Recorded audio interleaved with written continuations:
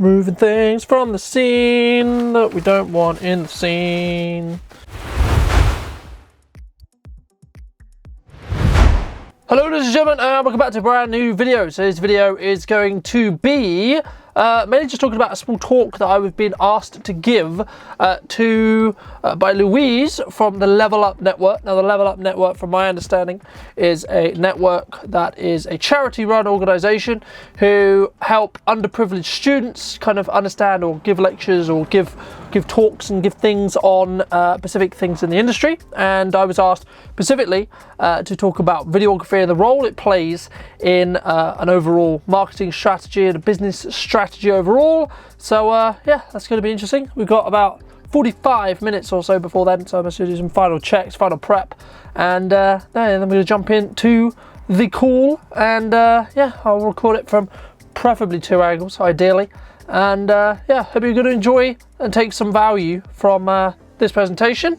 And it's going to be interesting. It's going to be one of the first of hopefully many presentations I give on videography and why videography is important. But yeah, I mean, some people, and I've sort of discussed this previously, some people really go into like planning these and go into it. But I think for me, the best thing for me to do is going to be to kind of make sure I stay on topic, but then you know, like the only question I've really been asked, I've got it written over here, is so what aspects of content creation is what role does it play for your market? Now there's many different avenues that you could go down there, and I'm very curious to see what avenues I do go down there when I'm like told to talk. So we've got a really cool seminar today here with Carlton from Burton Media, and it's about videography. He knows a lot more about it than I do. I can't pretend to know much, hence bringing in the experts. So I think he's going to talk to us about his job in content creation and how videography is like a really essential part of like the marketing process. So without any further ado, I will put myself on mute and you can hear from him.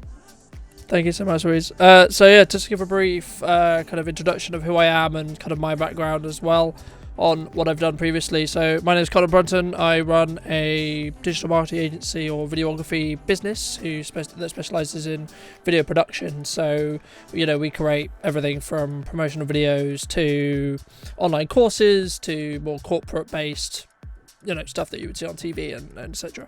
And I kind of got into it back. I mean, I've been creating content to give you some background because I think it's interesting to sort of explore. But I've been creating content one way or another for 10 years or so. So my background originally was in game development. That's kind of where I studied for and what I got into from a very young age.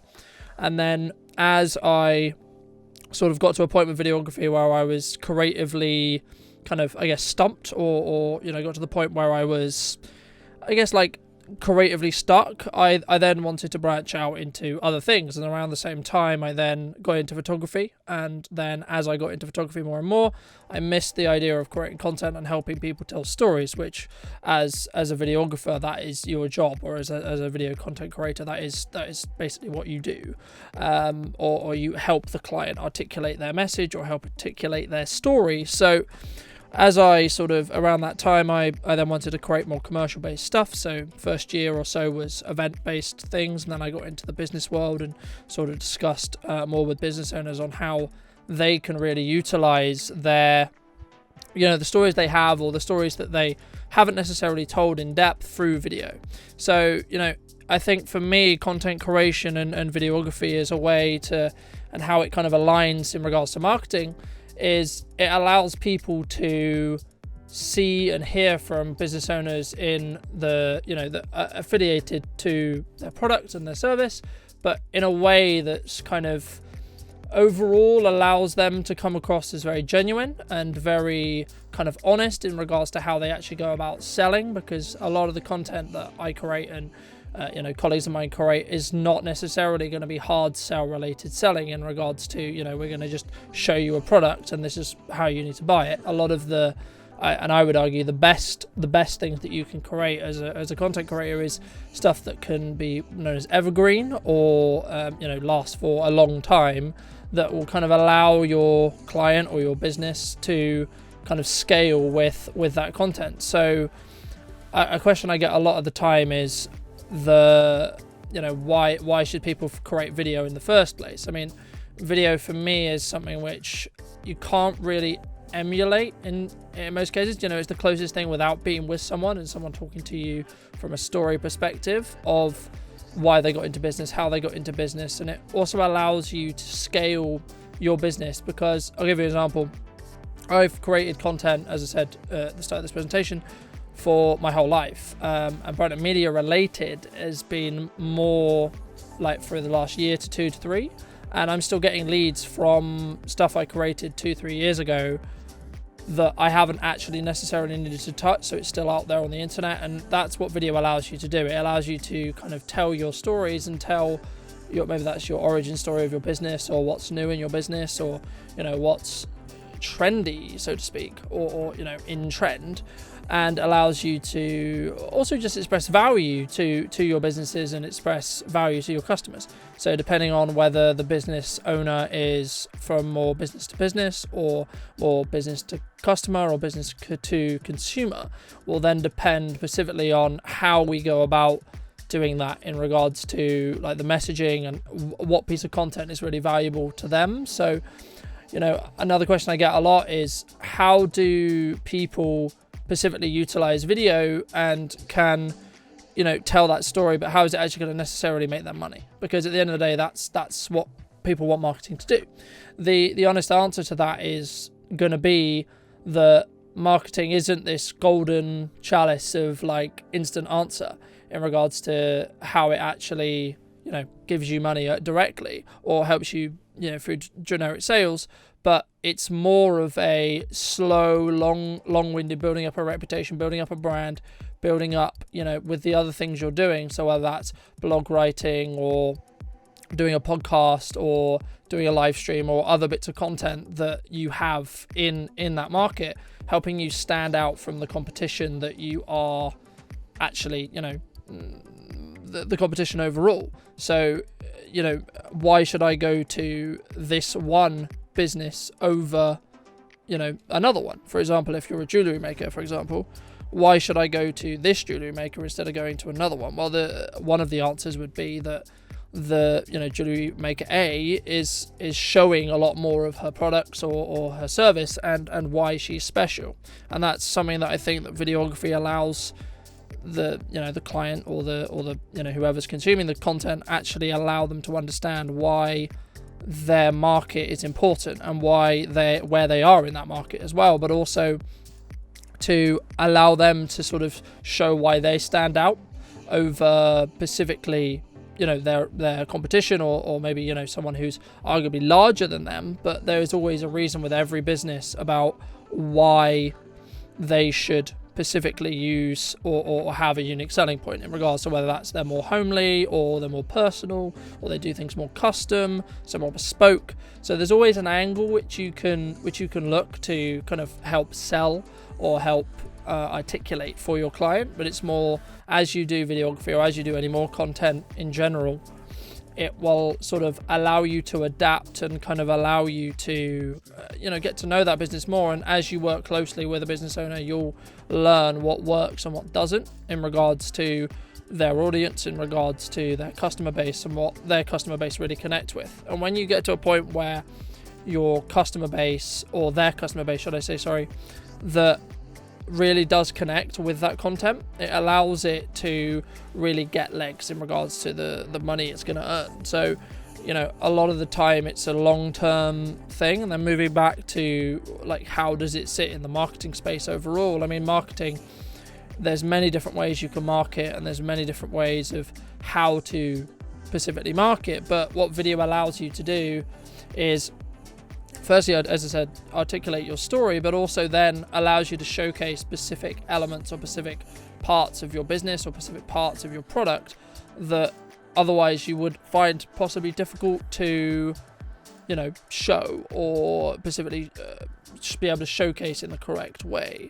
So there's no like simple answer on why videography is important, but there is, I think a lot of benefits, and honestly, it's been very interesting for me to see how, to give some context, here in the UK, I'm not sure where everyone's from, but here in the UK, specifically, we're in another month of lockdown. So it's been very interesting to see how businesses have kind of adapted and sort of, things they would have been like, oh yeah, we should probably get around to doing that, or we don't necessarily have time to doing that, have now necessarily kind of moved more towards it, because I was thinking from a videographer perspective, productions are going to be slower, they're going to be, not as specifically, not really happening because of lockdown and because of businesses being shut. But I've actually seen the opposite happen quite a lot of the time, which is for me quite interesting. So and it was just an interesting kind of paradigm to be in regards to how like the business reaction in regards to like where lockdown was and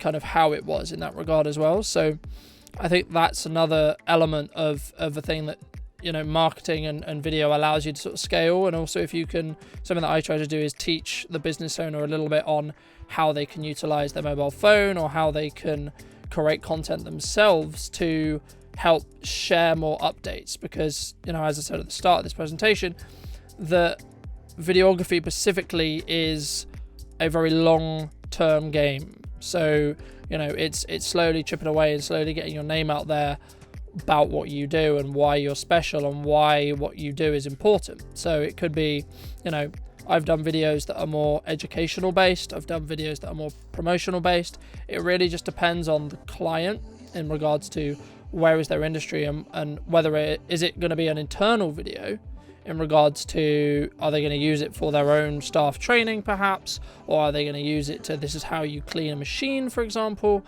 I quoted a job this morning for, that exact thing. And, there's different elements. And I think that as things sort of grow and as social media is becoming more of a prevalent force in our lives, it's kind of the natural progression, but also to do it in tandem with other content, whether that's audio content, so podcasting, or blog content specifically. And I know there's going to be other presentations about blog writing coming up in the next couple of weeks, or etc. And so I think in tandem, if you can try and keep your messaging across those channels very similar in regards to how you actually go about articulating the messages and why you're special as a business. But the same thing can be true if you're like trying to go on the more traditional aspects of video as well, because video itself is like a core is basically about telling stories, and that's what you talk to many videographers and they'll say that. So I think that for me, understanding the differences between what a close to a feature film is, but also then understanding how it can serve business and how it can serve the overall kind of marketing space, I think is important. And then utilizing the content that you may already have created, and then how to utilize those. So for example, a lot of the work I've actually been doing at the moment is, for example, I film a piece that's say 25 minutes long, 30 minutes long for a client, and then we find out, okay, well, where are the best 2, 3, 4 minutes of this, and then how can we utilize that on social media. So there's a kind of like a center point, so that might be their website, that might be their YouTube channel, that might be their e-commerce store. So it's wherever the goal is going to be for that client. And then what we'll do is we'll cut out pieces of that content that help push to wherever they're going to go. So wherever we want their audience base or their client base or their customer base to actually kind of go to, right, at the end of it. So because at the end of the day, for every business owner, they want to see a return on their investment. If you're going to get anyone in for a professional service, you want to see a return on investment eventually. Now, as I've said multiple times in this presentation already, video is a long-term game, but it's also something that once you get that momentum built, you can actually really start gaining a lot once you're 6 months to a year into doing it properly, and sort of analyzing how to do it and having a mix between organic content and then also then paid content in regards to whether that's paid advertising or you're just paying to boost the the post or the traction or the video to be seen by more people. Now, a common misconception with that is it's not always necessarily what you want to do, because a lot of the time you only have a very specific number of people that you want to talk to.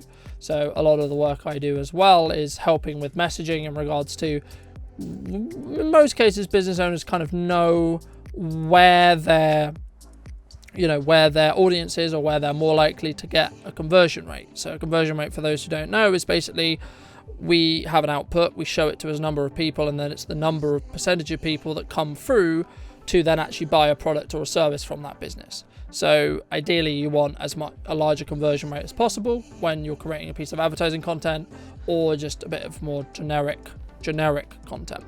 So for me, it's one of those things that once you kind of understand it, and there's a lot of kind of testing, and there's sometimes a lot of trial and error that goes into understanding, well, you've got your audience here, but what is going to be the things that really they connect with to allow that business to, sell more? Because at the end of the day, that's the point of marketing is to kind of help the demand of whatever product or service it is, and video is just one aspect of that, preferably the aspect which I personally think, I'm slightly biased, but personally think that it's one of the best at doing it. And a simple answer to that is because you can take a video, you can then transform that video into just audio content, because you're recording the audio as it is, and then you can take those audio quotes and then you can use them as, blog content or quote content or little snippets here and there to push back to wherever the client is looking to push traffic. So that, as I say, that could be their website, that could be their e-commerce store, that could be their YouTube channel, depending on where their sales really generate, or whether it's more of an awareness campaign to, every big brand that you think about. For me, as I was growing up, and as I have been growing up, the Coca-Cola Christmas ad was a big thing. You knew it was Christmas because the Coca-Cola ad came on. And that is a key example of how to utilize a piece of video content to then affiliate it with a brand, because then when it comes to Christmas, you're more likely to buy Coca-Cola because you've seen the Christmas ad, right? So in that regard, it's kind of a back and forth in regards to which one should you do first. Should you do the video, or should you really try to build a brand? But I think they can happen in tandem.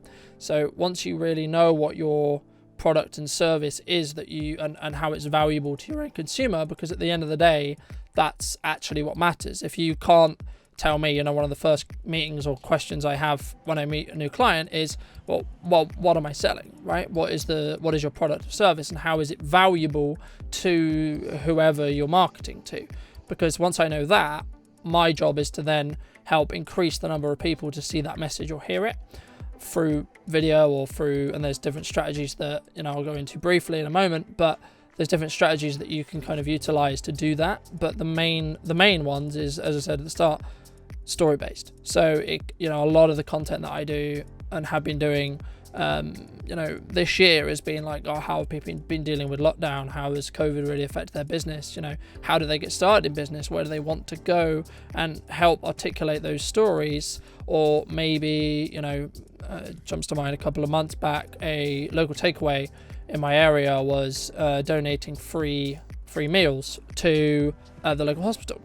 And we created a small promotional piece to promote the good deed that they were doing, because they thought it was valuable to let people know that the good deed that they were doing, because it helps their brand, it helps what they're trying to do. And by no means was it necessarily a sales play in regards to like, we're just doing it because we want to make money. They were going to do it anyway, and we saw it as an opportunity to create an emotional or engaging piece of content that allows more people to know about that brand. So that's a key example. And then there's other examples that you could use or could think about, from whether that's TV based or even social media based, where people connect with people when it comes to the overall, why would you buy from me instead of buying from someone else? Because you know me and trust me. And especially now in 2020, as we're looking at a recession of whatever kind, it's going to be difficult for a lot of businesses. And to be honest, from what I've found, businesses are only really purchasing items or services from people who they have already built a relationship with and already trust in that regard as well. So moving back to the initial point of like, how does content creation help marketing? Well, it in a simple answer, it helps build trust because you're showing your true reality. You're showing, you're showing whether it's a day in a life or whether it's a documentary talking about these are all the people who work in the business and this is why they're important. And I think for me, there's nothing that can really necessarily, especially if there's emotion, like, you get people crying on camera or they're extremely excited on camera or etc. To compel emotion is the best thing, I think, to help with any form of brand awareness or any form of like marketing. And it feels a bit dirty saying that because you're trying to affiliate a really personal thing with then like a sales concept. But the thing is, I think the main thing there is to understand that people will connect with brands and they are actually more likely to buy from brands that they're emotionally connected to. So if, for example, you watched a video or watched a, people who, maybe looking to build whatever it may be, but, if you know those people, you know how they work, you know what they're like because of the content which they've been putting out. Like, I'll give you an example. I do a lot of stuff on my Instagram story, basically just updating, how I do what I do day to day, showing the day to days, and etc. So for me, when I'm in a meeting with a new client, they already kind of know me because of all the content I've put out. So you can sort of gain and sort of understand that trust and sort of get to a point where there's actually not a lot of conversation about you because they already know you. They already kind of are aware of what you do. They're aware of what your likes and dislikes are, and they already have an idea on your personality. So, just wrap it up to like how is video important for marketing? It allows to build trust with from a client perspective to their audience, to whether they're their clients or their customers. And I think if you're going to take anything from this presentation, emotion is the key. Storytelling and emotion is going to be the things that you should always strive for in marketing, whether that's however you do it. So whether that's through audio content, whether that's through video content, whether that's through blog content, it doesn't actually matter. They're just mediums in which you're going to tell your story. It's important to understand why you're telling that story, how you're telling that story, but then how the bottom effects or the effects to your end consumer is actually going to be. So what are their wants? What do they need? Because if you can be a solution to their problems, they're going to buy from you, right?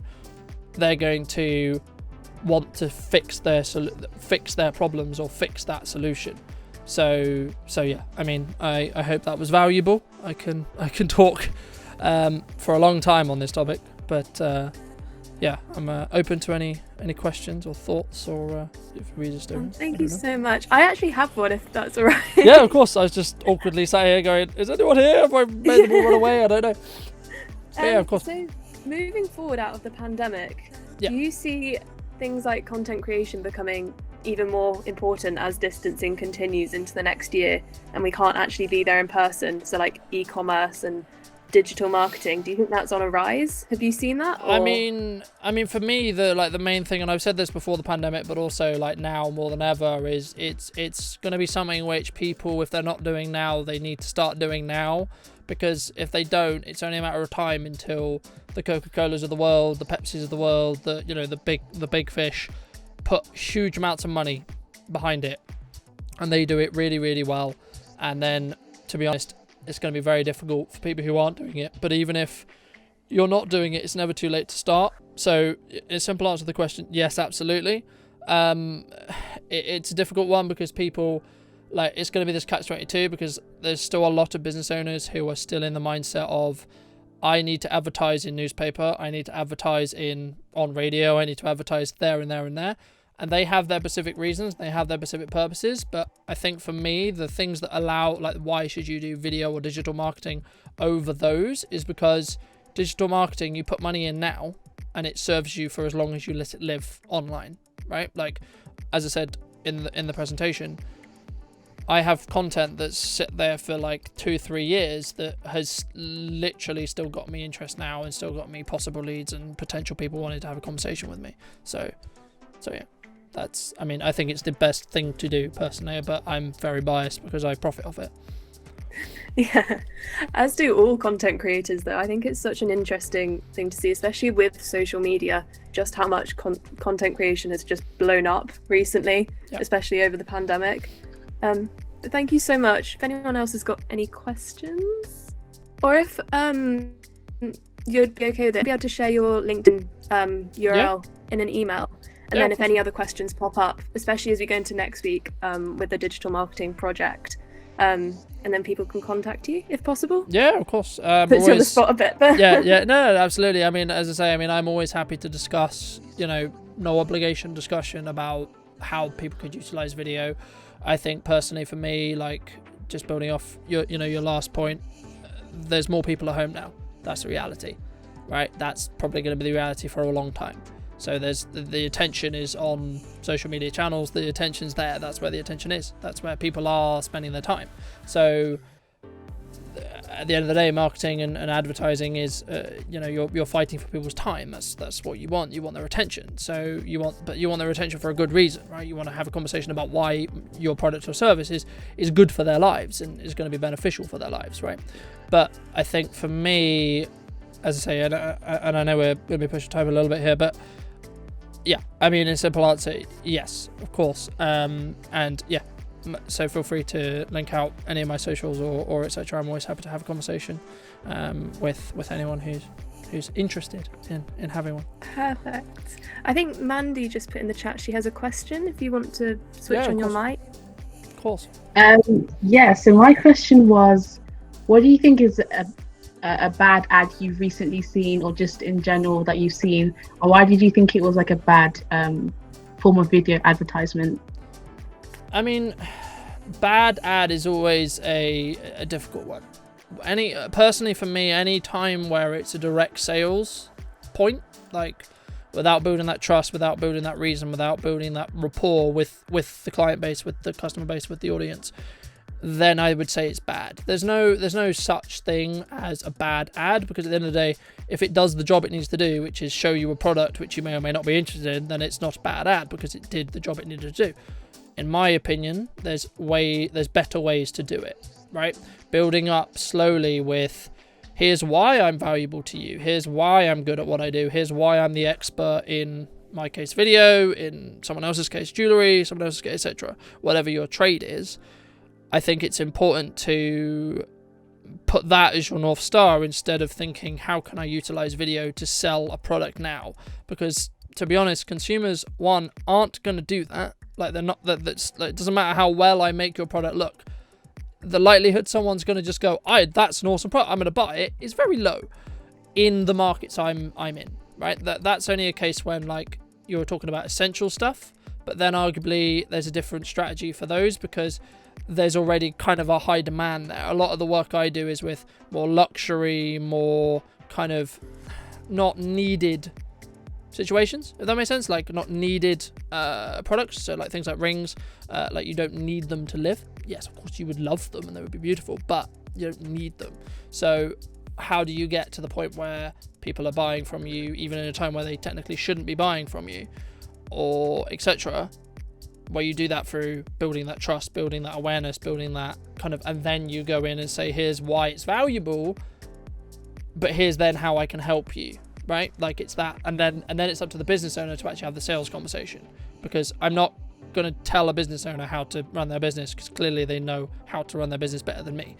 My job is to help them articulate that to a larger audience. Thank you.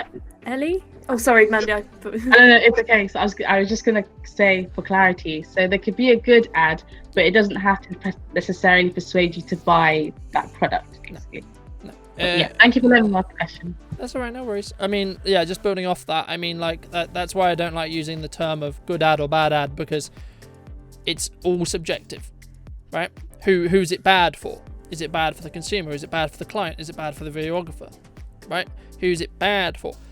It's an ad. It's doing something. It's showing you something of possible interest that you may then want to buy in the future. So it's technically still doing its job. Could it be a better ad? Is the question I think one should ask. Could it be better? Could it serve the purpose better, but a longer term purpose? If that makes sense. So instead of trying to go for a sale here, why don't we do 4 bits of content that really kind of get you to a point where you're like, yeah, actually I can see how this ring in my life would be really, really helpful, you know, and really, really valuable to me. Hi, yeah, I was just wondering how you got into videography. How do I get into videography? That's a very simple, a simple and also complex question. I've been creating gaming content for, as I said at the start of the presentation, since I was 12. I'm 23 now. To give some context, and basically, so I've been creating videos in one way or another since then. And how did I get into it? Well, I kind of, because when you create videos, you kind of like always have this drive to create videos, and then I kind of got into photography, and then one thing led to another. Well, I then wanted to cover events, so then I just started kind of just asking event organizers locally, hey, can I come down? Is anyone filming the event? I would love to film the event and create some video content, etc. And then one thing led to another in me creating more and more, and then learning more and more on firstly how to come across on camera, firstly, which is the main hurdle that you'll run into as a videographer with a lot of your clients are going, I love the idea of doing video, but I hate the idea of being on video. I'm like, right, okay, I understand that, but it's really important to put a person in front of the camera. Yeah, I mean, I'm that's probably not an answer, but that's kind of the best one I can give you, if I'm honest. Because there's everyone's path into where they go and how they've like started their business is different, and is always kind of the cliche kind of right place, right time. But it's also kind of a want and a passion. You know, for me, I've had a passion for telling stories since as long as I can remember. So for me, it's kind of that's the thing I've wanted to do, and then the medium in which and how I do that has changed through the years, and probably will change in 3, 4, 5, 6, 7 years as well. Oh, okay. Thank you for answering my question. No worries. Oh, well, thank you so much for joining us today and doing that. That was really informative. I learned a lot. So if anyone has any other questions, please, I will send out Carlton's socials, and you can reach him on there. And kind of like just on an ending note, if you have something that you're passionate about or something that you're curious on, scratch it, because I wouldn't be where I'm at now if I didn't do that. And that would be my recommendation, and that would be my best advice to anyone who's looking to do anything, is find something that you is in your core, that you get fired up about, that you're happy about, that it's not about the money, right? Because if you do it not for the money, you do it for the love of it, then you'll be able to do it in the times where you're not making any money, right? And you'll be able to then grow to the point where you can make money. And it takes a lot longer than people expect originally, especially in business. But yeah, as I say, if anyone does have any questions, feel free to reach out and we'll have a chat and just see where things go. But yeah. Hello, ladies and gents, welcome back. So yeah, that was that. Story of my life. Don't plan things and it'll be fine. Just to give you some insight on like where my brain was halfway through, or like 3/4 of the way through. As I was talking, I was thinking up the next question. I was just trying to following where my kind of gut was. I think I really enjoyed the kind of question and answer session, because it is a bit disconcerting when you're given a presentation and you're just kind of talking, because you get no feedback, so you actually have no idea whether that's valuable or not. But I thought I would put this into a little YouTube video and kind of just to say hey, see how it was, see how it was enjoyable, and see if you enjoyed this presentation as well. So yeah, thank you so much for joining me once again, and I'll be releasing more content very, very soon, talking about video and stuff like that, but I thought this was a good thing to document. So thank you so much for joining me, and I'll see you very, very soon.